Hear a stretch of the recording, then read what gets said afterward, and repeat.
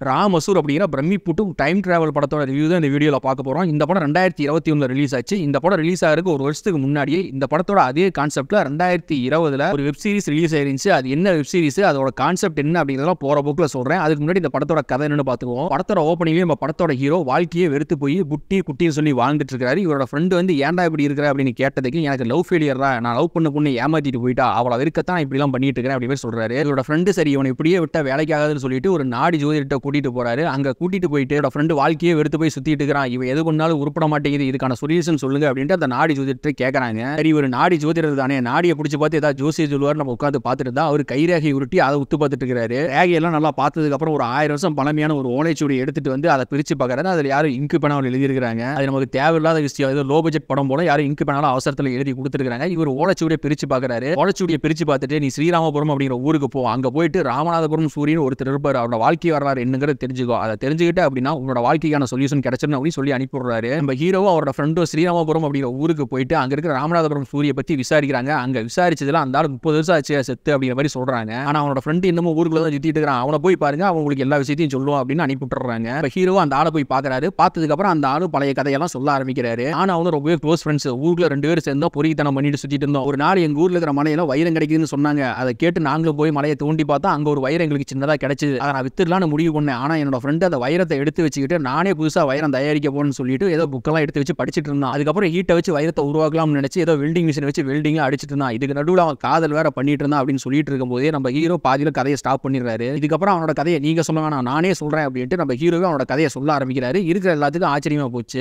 எதுவும் தெரியாம தான் நம்ம கதையை கேட்க வந்தான், இப்ப பாதி கதைக்கு மேல அவனே சொல்றானே அப்படின்ட்டு எல்லாம் சாக்காய் பாக்குறாங்க. நம்ம ஹீரோவும் கதையை சொல்ல ஆரம்பிக்கிறாரு. அதாவது இந்த படத்தோட கான்செப்ட் என்ன அப்படின்னா, 30 வருஷத்துக்கு முன்னாடி வேற ஒருத்தருக்கு நடந்தது இன்னைக்கு கரண்ட் டேட்ல நம்ம ஹீரோவுக்கு நடந்துட்டு இருக்குது. இது ஒரு தரமான கான்செப்ட். இதே கான்செப்டை வச்சு 2020 சமந்தர் அப்படிங்கிற வெப் சீரிஸ் ரிலீஸ் ஆச்சு. அது ஒரு பயங்கரமான வெப் சீரிஸ், வாய்ப்பு கிடைச்சா பாருங்க, பயங்கரமா இருக்கும். நம்ம ராமசூர் படத்தோட கதையை பத்தி பேசுவோம். இதுக்கப்புறம் நம்ம ஹீரோவுக்கு தெரிஞ்சிருது 30 வருஷத்துக்கு முன்னாடி வேற ஒருத்தருக்கு நடந்துட்டு இருந்துச்சு, இன்னைக்கு நமக்கு நடக்குது அப்படின்னு கண்டுபிடிச்சாரு. இதை கண்டுபிடிச்சதுக்கு அப்புறம் இவரோட வாழ்க்கையில என்ன மாதிரியான மாற்றங்கள் வந்துச்சு, இவர் வைரத்தை கண்டுபிடிச்சாரா இல்லையா, இல்ல 30 வருஷத்துக்கு முன்னாடி ஒருத்தர் செத்து போனார் இல்லையா வைரத்தை கண்டுபிடிக்காம, அவர் மாதிரியே இவரு செத்து போயிட்டாரா இல்லையா அப்படிங்கிறத அந்த படத்தோட கதை. நான் இது ஒரு லோ பட்ஜெட் படமா இருந்தா கூட உட்கார்ந்து எழுதுறதுக்கு ஒரு பேப்பரும் பேனாவும் இருந்தா போதும், பயங்கரமான ஒரு ஸ்கிரிப்டை ரெடி பண்ணலாம். ஆனா இங்க இதை பண்ணாம விட்டுட்டாங்க. இந்த படத்தோட கான்செப்ட் நல்லா இருக்கு, இந்த படத்தை பார்க்கலாமா வேண்டாமான்னு கேட்டீங்கன்னா இந்த படத்தை பார்க்கறதுக்கு பதிலா சமந்தர் அப்படிங்கிற வெப் சீரிஸை பார்க்கலாம், அது பயங்கரமா இருக்கும்.